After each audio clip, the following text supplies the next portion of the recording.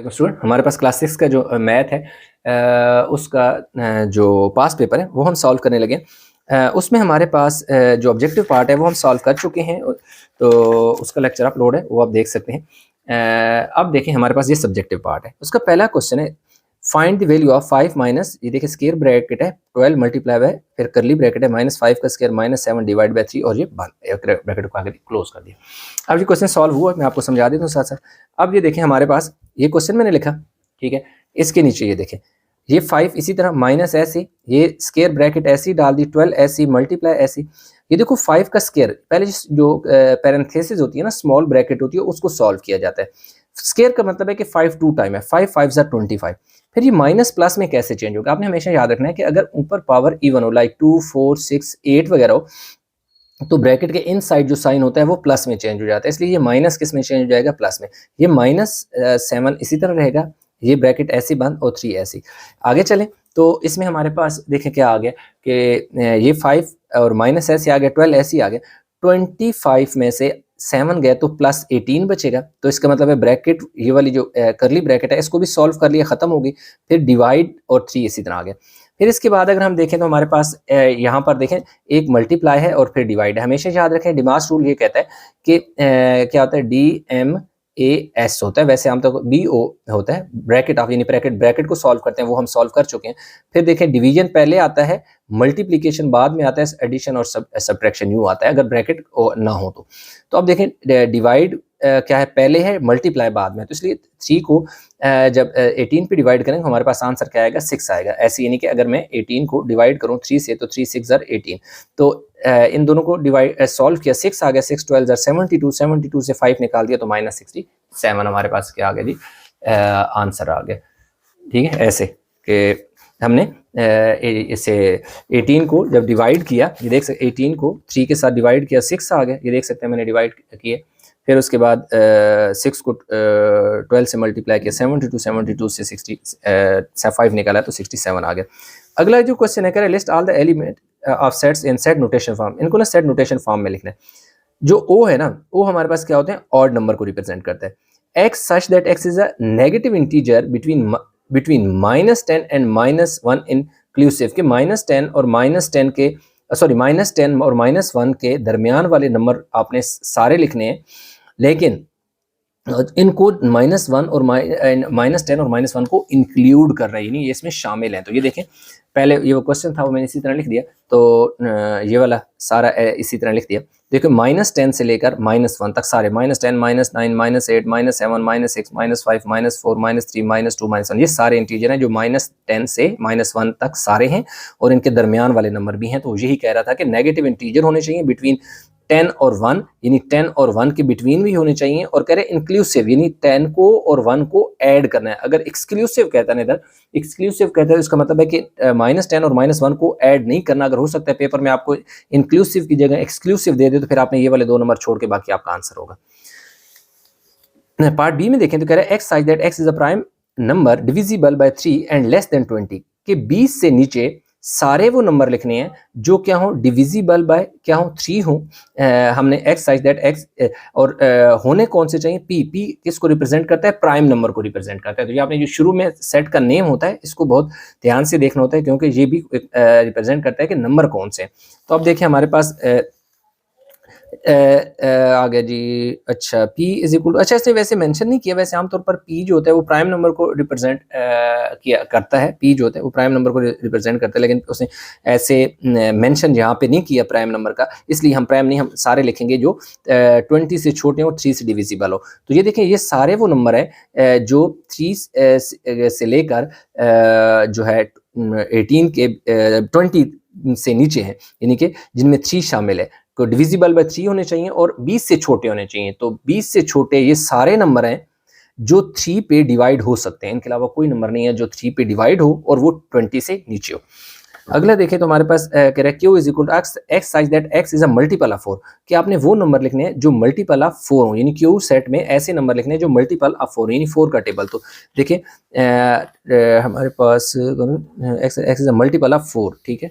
तो इसमें हमारे पास मल्टीपल ऑफ 4, देखिए उसने यहाँ पर ना कोई चीज़ मेंशन नहीं की, कह रहा है कि मल्टीपल ऑफ 4 हो, तो इसलिए 4 के तो हर तरह से हो सकते हैं, यानी कि -8, -4, 0, 4, 8 और 12 हमने लिख दिया। देखो क्यों, ये एक इनफिनाइट सेट है, क्यों कि -4 से तो नेगेटिव नंबर वाले भी डिवाइड हो सकते हैं, पॉजिटिव वाले भी डिवाइड हो सकते हैं, तो दोनों तरफ आपने लिख देना है। 0 से मैंने 2 नंबर इस तरफ लिखे हैं और 0 से 3 नंबर इस तरफ लिख दिए। इसका मतलब है कि आप हमारा जो सेट होगा ये एक इनफिनाइट सेट होगा, जिसमें इस तरफ वाले नंबर भी इंक्लूड होंगे और इस तरफ भी इंक्लूड होंगे। ये डॉट डॉट का मतलब है कि ये सेट इनफिनाइट है। इस तरफ नंबर बहुत सारे ऐसे हैं जो डिवाइड होंगे 4 से, और इस तरफ भी बहुत सारे हैं जो डिवाइड होंगे 4 पे, और वो एंड तक कोई नहीं है उनका, इनफिनाइट है, बेशुमार नंबर है। ठीक है, आर में कह रहा है Y such that Y is a 3 digit number. इसमें हमने 3 डिजिट नंबर लिखने हैं। तो देखो फर्स्ट जो 3 डिजिट होता है ना वो 100 होता है, और जो लास्ट 3 डिजिट होता है वो 999 होता है। इसके बाद 1000 आ जाता है जो कि 4 डिजिट स्टार्ट हो जाता है, और 100 से पीछे 99 होता है, वो 2 डिजिट होता है। तो हमने 3 डिजिट का लिखना है, तो ये एक फिनाइट सेट है, यानी काउंटेबल है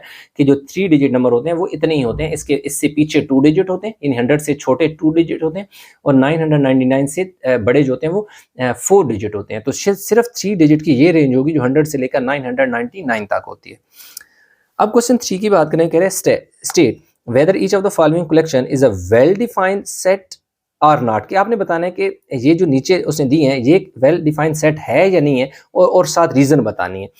the collection of young people at a resident of Rawal road. अब कह रहे हैं कि भाई ये तो एक नॉट वेल डिफाइंड सेट है, क्यों कि देखो रावल रोड की बात करें, किसी रोड की बात करें, तो हमें तो नहीं पता कि कितने यंग लोग उसमें रहते हैं। देखो ना बेशुमार लोग रहते हैं, कोई तो पता नहीं, हमारे पास कोई डेटा तो उस तरह नहीं है कि भाई इतने ही यंग हैं, इतने ओल्ड हैं। तो इसलिए ये क्या होगा, नॉट, आपने लिखा है not well defined, young is a vague, no exact age range is given, so membership is ambiguous. ठीक है, इसलिए ये एम्बिगुअस है, मतलब not well defined. The collection of all boys in your class, yes ये वेल डिफाइन होगा, क्यों कि आपकी क्लास में जितने लड़के हैं आप गिन सकते हो कि कितने, इसलिए ये वेल डिफाइन होगा। द कलेक्शन ऑफ, यानी लिख दिया ना वो सेट। अच्छा, इसमें ना मैंने एक और किया कि ये तो मैंने ए का है ना। अच्छा, बी का जो मैंने लिखा है ना कि बॉयज इन योर क्लास, इधर तो मैंने वो अगले वाले पेज पे लिख दिया इसका आंसर। चलो मैं दिखाता हूँ, थोड़ी जब मैं लिख रहा था तो उस टाइम ना वेल डिफाइन लिख देना, बी का आंसर लिख देना, well defined boys in your class is a clear criterion, you can list exactly who belongs, मतलब इसमें कितने लड़के हैं, number of boys can be counted in a class, ये आप यूं भी लिख सकते हैं। ठीक है, तो ये बी का आंसर जो है ना का बी का, वो अगले वाले पेज में मैंने लिख दिया, क्योंकि पहले मैं लिख रहा था सी का, गलती से लिख लिया, तो फिर मैंने उस पेज को इसी तरह कंटिन्यू किया। The collection of 10 most talented writer of Pakistan. ठीक है ना, अब देखिए कह रहे हैं कि the collection of 10 most talented writers of Pakistan. अब मतलब ये थोड़ा सा इस टाइप का है कि देखो can be a well defined and can not be a well defined, but लेकिन इसको मैंने नॉट वेल डिफाइंड, क्यों, उसकी वजह यह है कि जो not well defined most talented is subjective and has no objective rule to pick exactly 10, मतलब हमें नहीं पता कि हमने किस बेस पर देखना है कि ये टैलेंटेड है और किस बेस पर देखना है कि ये टैलेंटेड नहीं है। ये थोड़ा सब्जेक्टिव टाइप है, इसलिए हमने इसको नॉट वेल डिफाइंड ज्यादा सूटेबल इसका आंसर है। आगे डी में देखें, a mathematic teacher in my class. अब ये भी देखो ना, ये इस टाइप का है कि that can be a well defined, that can not be well defined, लेकिन मेरे हिसाब से जो वेल डिफाइंड हो सकता है, क्योंकि मैथ का एक ही टीचर होता है आमतौर पर, तो इसलिए, लेकिन सम टाइम कुछ ऐसी है जो विजिटिंग होते हैं, कभी कौन आ जाता है, सब्स्टिट्यूट आ जाता है, तो उसमें नॉट वेल डिफाइंड भी हो सकता है, लेकिन आपने बेशक इसको लिख दें well defined if there is exactly one math, आपने साथ रीजन इस तरह लिखनी है, well defined if there is exactly one mathematic teacher assign to your class then this collection और set is a well defined, इस तरह साथ लिख देना, तो आपका आंसर कंप्लीट हो जाएगा। नेक्स्ट अगर हम बात करें तो हमारे पास क्वेश्चन नंबर है जो आता है ना 4, कह रहा है if 45 of students in a school are girls and the number of girls 270, find the number of students in class। अब कह रहे हैं कि एक स्कूल है जिसमें 45% स्टूडेंट्स जो है ना इस स्कूल में वो क्या है, लड़की हैं, and the number of girls 270, यानी वो जो 45% स्टूडेंट बनते हैं ना जो कि लड़की हैं, उनकी तादाद तो है 270। तो कह रहे बताएं टोटल स्टूडेंट स्कूल में कितने थे जिसमें से जिसका यानी टोटल वो कितने स्टूडेंट थे जिसका 45% 270 बनता है। असल ये क्वेश्चन इस तरह का है कि टोटल हमें नहीं पता कितने हैं, लेकिन उस टोटल का अगर 45% चेक किया जाए तो वो लड़कियां हैं और उनकी तादाद 270 है। तो बहुत सिंपल छोटा सा क्वेश्चन है। हमने लेट कर लिया कि जो टोटल स्टूडेंट है ना वो x है, तो 45% ऑफ x मतलब 45% of total student that is equal to 270। तो 45 जिस नंबर के साथ परसेंटेज होती है उसके नीचे हम लगाते हैं 100। ऑफ का मतलब होता है मल्टीप्लाई, x इसी तरह जब ये वैल्यू इस साइड पे है, जब ये इक्वल के उस तरफ जाएगी तो इसका रेसिप्रोकल होगा, यानी कि ये नीचे वाला नंबर ऊपर चला जाएगा, ऊपर वाला नंबर नीचे चला जाएगा। ठीक है, तो अब हमने क्या किया कि 9 के टेबल से देखो 9 5 सर एंड 9 3 सर 27 और 0 ऊपर चला गया तो 30 और नीचे क्या आ गया मल्टीप्लाई बाय ये वाला 100 और ये आ गया 5, तो 5 20 सर हो जाएगा। तो अब देखें ये 30 और ये वाला देखें 20, तो 30 और 26, तो टोटल जो हमारे पास स्टूडेंट्स हैं ना स्कूल के अंदर वो 600 थे। 600 का 45% जो है वो 270 बनता है। जो लड़की हैं तो डेफिनेटली बाकी लड़के होंगे। अब क्वेश्चन 5 में कह रहा है कि x जो है ना वो 2 है, y -1 है, z 4 है। तो अब उसने ये क्वेश्चन दे दिया 3 into X minus Y divide by 2 और फिर देखें डिवाइड का साइन है z प्लस एक्स 2z। इसमें यानी कि x की जगह आपने 2 पुट करना है, जहां जहां y होगा वहां -1 पुट करेंगे और जहां जहां z होगा वहां क्या पुट करेंगे 4। तो ये क्वेश्चन आगे जी, ये देखें उसने x की वैल्यू 2 दे दी, y की वैल्यू -1 दे दी और z की वैल्यू 4 दे दी। तो ये क्वेश्चन यहाँ से ये देखें बिल्कुल सेम क्वेश्चन लिख दिया। ये 3 इसी तरह x है, x की जगह 2 लिख दिया, ये माइनस वाला साइन इसी तरह आ गया। आगे देखें क्या है y है, तो y की जगह देखो -1 है तो इसलिए मैंने एक एक्स्ट्रा ब्रैकेट लगाई क्योंकि 2 साइन है, और ये वाली ब्रैकेट ऐसे बंद कर दी। ये कि y है, y की जगह -1 पुट किया, ये डिवाइड का साइन ऐसी, z है, z की जगह 4 लिखा, x की जगह 2 लिखा, नीचे देखें 2 है और इसके साथ z है, z की जगह 4। देखें ये 3 आ गया, ये देखें ये 2 आ गया। ये वाला जो माइनस है इस माइनस को माइनस माइनस क्या कर देगा प्लस कर देगा, यानी कि ये वाला माइनस इस माइनस को क्या करेगा प्लस। तो इधर देखें 4 + 2 क्या हो गया 6 और 4 2 8 हो गया। अब देखें यहाँ कितना हो गया 2 + 1 3 और ये वाला 3 और ये -1 और ये देखें ये 6 नीचे आ गया 8 ऊपर, क्योंकि जब भी डिवाइड को आपने मल्टीप्लाई में चेंज करना है तो इसके बाद वाले नंबर का रेसिप्रोकल है, इसको उलट कर लेना है, नीचे वाला ऊपर, ऊपर वाला नंबर नीचे।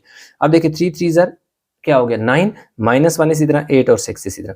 अब ये देखें इसको ना 3 के टेबल से हमने कटिंग की, 3 का टेबल 2 टाइम और 3 का टेबल 3 टाइम। तो ये देखिए 3 और -1 और ये देखिए ये 8 आ गया था और ये देखिए 2, ये वाला 2 का टेबल 8 को कट करेगा 2 से, 2 4 ज़र 8, तो ये देखिए 4 आ गया, 3 1 ज़र -3 तो -3 और -4 -12 इसका आंसर आ जाएगा, जो कि क्वेश्चन नंबर 5 का है। इसके बाद हमारे पास आ जाता है क्वेश्चन नंबर आ जाता है जी 6। अब 6 में देखें हमारे पास क्या है y + 3 divide by 3 + 2 y -7 is equal to क्या है 0। ये क्वेश्चन 6 है। तो देखें ये देखें ये क्वेश्चन हमने लिख लिया, ये तो इसके नीचे 3 अदर 7, तो 3 7 ज़र क्या होता है 21 होता है। तो हम चाहें तो एलसीएम लेके भी सॉल्व कर सकते हैं, या फिर ये है कि 21 होता है तो दोनों साइड पे 21 multiplying 21 on both side. y + 3 अगर देखो 3 है इसके साथ भी 21 मल्टीप्लाई कर दो, ये प्लस इसी तरह 2y -1 डिवाइड बाई 7 इसके साथ भी 21 मल्टीप्लाई करो इक्वल। फिर दूसरी साइड बोथ साइड की बात है, दूसरी साइड पे देखो 0 है, 0 के साथ भी 21 0 से मल्टीप्लाई होगा 0। 3 का टेबल 7 टाइम, तो ये देखिए 7 आ गया और y + 3 इसी तरह। 7 का टेबल देखो 3 टाइम, ये देखिए 3 आ गया 2y -1। अब 7 को देखो y से मल्टीप्लाई करिए तो देखो क्या आ गया 7y। इस 7 को इस 3 से मल्टीप्लाई किया तो 7 3 ज़र 21। 3 को 2y से मल्टीप्लाई किया तो 3 2 ज़र 6y और 3 को 1 से मल्टीप्लाई किया 3। अब ये देखें ये भी y है और ये भी y है, 6 दोनों प्लस के 6 और 7 13 हो गया, और ये देखो नंबर है और ये भी क्या है नंबर है। तो 21 में से 3 निकाल दो तो 18 और दूसरी तरफ क्या आ गया 0। अब इस 18 को आपने इक्वल के उस तरफ ले जाना है जो कि -18 आ गया। ये देखो 13 मल्टीप्लाई हो रहा है, इधर जाके क्या होगा इसके नीचे डिवाइड, तो y की वैल्यू -18 कंप्लीट हो गया हमारे पास इसका सब्जेक्टिव पार्ट का सेक्शन बी। अब सेक्शन सी की तरफ जाए।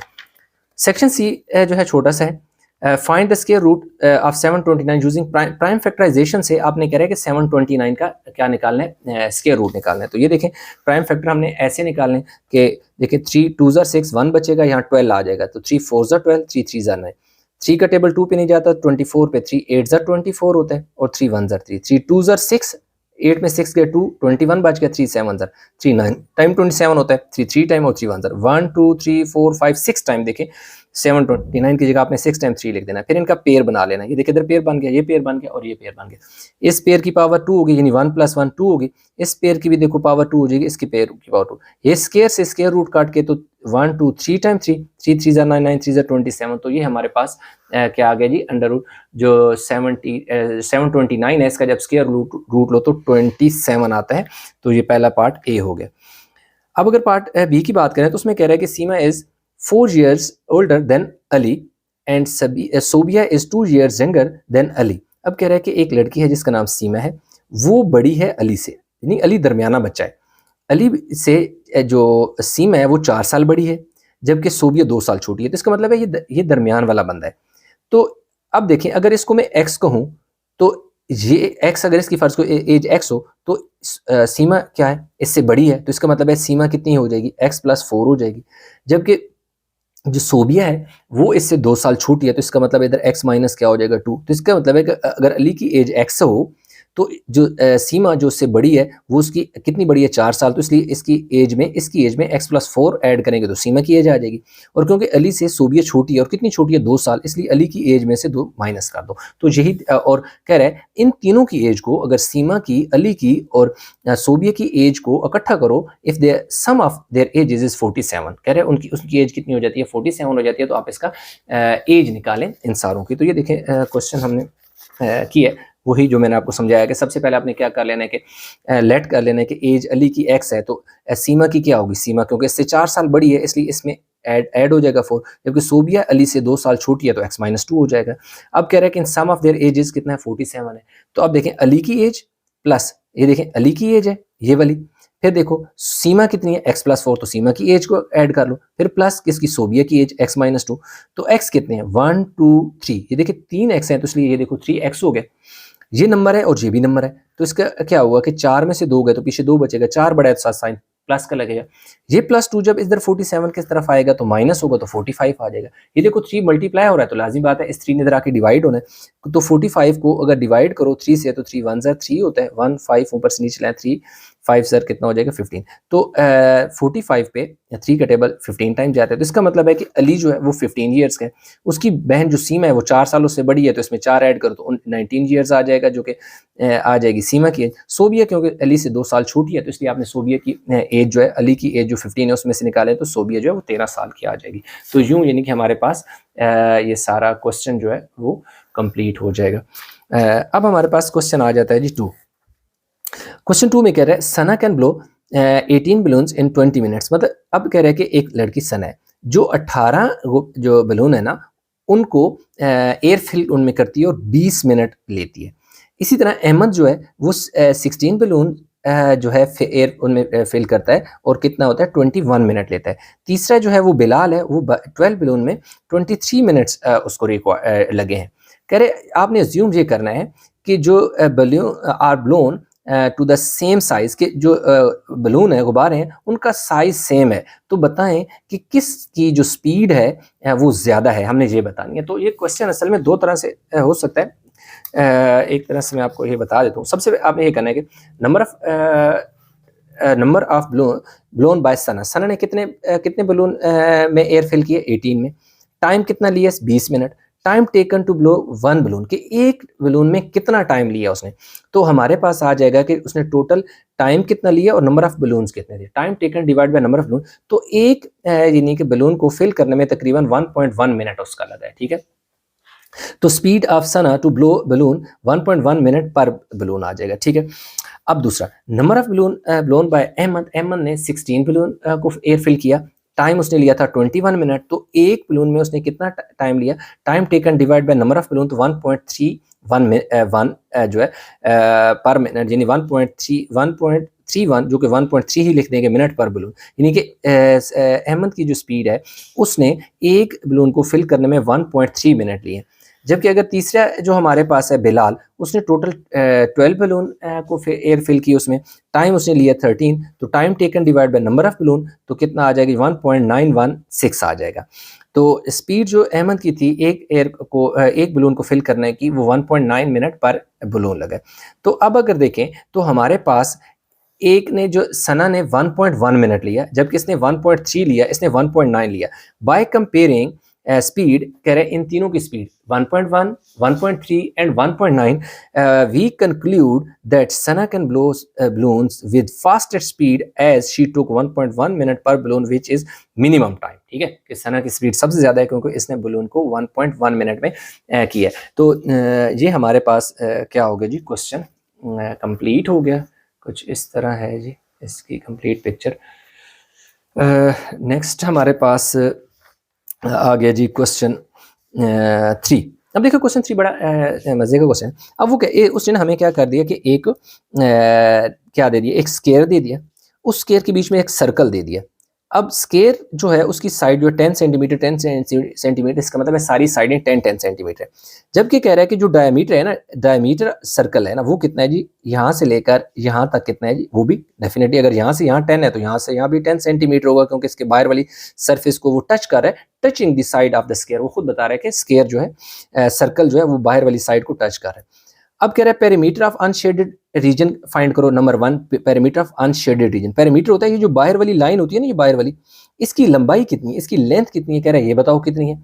एरिया ऑफ शेडेड रीजन, कि ये वाला जो पार्ट है ना, ये सारा जो थोड़ा सा डार्क नजर आ रहा है, ये सारा क्या है, शेड है। मतलब ये जो 4 कोने हैं ना, ये शेड है। कह रहे ये जो 4 कोने हैं इनका बताएं कि वो एरिया कितना है जो शेड किया हुआ है। और कह रहे नहीं अनशेड, सॉरी, पार्ट बी में कह रहा है कि ये जो व्हाइट वाला पार्ट है डेफिनेटली अनशेडेड में सर्कल आएगा, क्योंकि जो स्केयर है जो इसके बीच में सर्कल है जो कि अनशेडेड है, व्हाइट पार्ट है, तो इसलिए हमने एरिया ऑफ सर्कल इनफैक्ट हमने फाइंड करना होगा जो कि अनशेडेड होगा। और शेडेड रीजन कौन सा होगा, कि ये जो 4 कोने हैं ना, ये शेडेड है, ये कितना होगा। तो ये है बेसिकली क्वेश्चन। तो बहुत आसान सा क्वेश्चन है, इतना कोई मुश्किल क्वेश्चन नहीं है, हमने किया हुआ। ये देखें, length of each side of square जो है हमारे पास कितनी है जी, L is equal to 10 centimetre. ये देखें लेंथ ऑफ ईच साइड तो 10 है। तो डायमीटर ऑफ सर्कल क्या है, डायमीटर ऑफ सर्कल जो है ये देखें उसने 10 दे दिया, तो डायमीटर D की वैल्यू 10। तो रेडियस ऑफ सर्कल क्या होता है कि जो डायमीटर होता है ना उसको 2 पे डिवाइड करो तो हमारे पास क्या आ जाता है, रेडियस आ जाता है। कि यहाँ से यहाँ ये सेंटर है अगर, तो 5 इस साइड पे होगा, ये 5 इस साइड पे होगा, ये क्या होगा, रेडियस होगा। ये रेडियस इसलिए निकाला क्योंकि हमें आगे रिक्वायर्ड होगा। पहला हमने क्या करना है, perimeter of the unshaded region हमने निकालना है। The perimeter of unshaded region कौन सी, ये जो सर्कल की बाहर वाली आउटर लेंथ है ना, ये फाइंड करें। तो perimeter of a shaded region जो होता है ना, ये किसकी इक्वल होगा, सर्कमफेरेंस ऑफ सर्कल की इक्वल होगा, क्योंकि सर्कमफेरेंस ऑफ सर्कल जो है वो हमने फाइंड करना है कि जो इसका अनशेडेड की ये जो पेरीमीटर है ये सर्कमफेरेंस ऑफ सर्कल ही बनेगा। तो इसलिए हमने लिख दिया सर्कमफेरेंस ऑफ सर्कल। तो सर्कमफेरेंस ऑफ जो सर्कल होता है ना उसका फार्मूला होता है 2 पाई आर। 2 इसी तरह पाई की जगह 3.1416 भी वैल्यू पुट की जाती है, 3.142 भी पुट की जाती है। वैसे आमतौर पर 3.14 पुट की जाती है, इसलिए 3.14 ही पुट करते तब भी ठीक है। 2 को करेंगे तो डेफिनेटली आपकी कैलकुलेशन अकॉर्डिंगली आएगी। तो इसलिए परेशान होने की बात नहीं है। आप 3.14 पुट करें, 3.142 पुट करें, थोड़ा बहुत आंसर में चेंज आएगा और एक्सेप्टेबल है, इवन के ये वाला भी और वो वाला भी। आर देखो हमारे पास रेडियस 5 है। अब देखें 2 मल्टीप्लाई बाय 3.14 मल्टीप्लाई बाय 5 करें तो हमारे पास 31.4 centimetre. Perimeter of unshaded region 31.4 centimetre. ये वाली वो जो है ना लेंथ, ये जो सर्कल है इसकी बाहर वाली आउटर बाउंड्री है। बी में area of unshaded region. Area of unshaded region का मतलब है एरिया ऑफ सर्कल। क्यों, ये देख सकते हैं कि एरिया जो है लाजिमी बात है अनशेडेड में क्या है, सर्कल के इनसाइड सारा अनशेडेड है, इसके अलावा तो कोई अनशेडेड नहीं है। तो जो एरिया ऑफ अनशेडेड है that is equal to area of circle. तो एरिया ऑफ सर्कल का फार्मूला होता है पाई आर स्क्वायर। पाई की जगह 3.14, आर हमारे पास 5 है, 5 का स्क्वायर 25 होता है। 3.14 को 25 से मल्टीप्लाई करो 78.5 सेंटीमीटर स्क्वायर आ जाएगा एरिया ऑफ अनशेडेड रीजन। तो ये देखिए एरिया ऑफ अनशेडेड रीजन भी हमारे पास आ गया। लास्ट में हमारे पास रह गया एरिया ऑफ शेडेड रीजन। अब देखो बहुत आसान है भाई, एरिया ऑफ शेडेड रीजन कैसे निकालेंगे। ये जो पूरा एरिया है वो है हमारे पास क्या है, एक स्क्वायर था, उस स्क्वायर के बीच में एक सर्कल ड्रा किया गया। तो हम क्या करेंगे कि एरिया ऑफ जो स्क्वायर है वो उसमें से एरिया ऑफ सर्कल माइनस करेंगे तो हमारे पास पीछे क्या आ जाएगा, एरिया ऑफ शेडेड रीजन आ जाएगा। अब देखिए हमने क्या लिखा कि area of shaded region is equal to area of square minus area of circle. के एरिया ऑफ स्क्वायर में से एरिया ऑफ सर्कल निकालोगे तो जो पीछे बचेगा वो हमारे पास क्या होगा, शेडेड रीजन होगा। तो एरिया ऑफ स्क्वायर का फार्मूला होता है एल स्क्वायर माइनस इसी तरह एरिया ऑफ जो सर्कल है उसका ये फार्मूला होता है पाई आर स्क्वायर। देखो एल की वैल्यू हमारे पास देखें कितनी है, लेंथ कितनी है जी 10, इधर लिखा जी 10 का स्क्वायर 100 होता है। अब पाई आर स्क्वायर हम निकाल चुके हैं 78.5। आप चाहें तो वैल्यू पुट करके उसी तरह जैसे ऊपर वैल्यू पुट की है ना हमने इसमें, इसी तरह यानी पाई की वैल्यू पुट की, आर की वैल्यू पुट की, इनको सिंप्लीफाई किया तो कितना आ गया 78.5 1 सेंटीमीटर स्क्वायर। अब देखिए 10 का स्क्वायर 100 होता है, 100 में से माइनस कर दो 78.5 सेंटीमीटर स्क्वायर, तो हमारे पास पीछे जो बचता है area of shaded region is equal to 21.5 centimetre square जो है ये हमारे पास एरिया ऑफ शेड रीजन बचता है, यानी ये वाला वो एरिया है जो बच गया। तो इस एरिया ऑफ शेड रीजन के लिए हमने क्या किया कि इस पूरी फिगर का एरिया में से इस स्क्वायर वाला जो दरमियान वाला एरिया था उसको माइनस किया, तो पीछे ये शेडेड बच गया। तो इसके साथ ही हमारा जो पेपर है वो हो गया जी कंप्लीट। आई होप कि आपको समझ आया होगा, इसमें कहीं भी कंफ्यूजन है नीचे कमेंट में ज़रूर बताइएगा।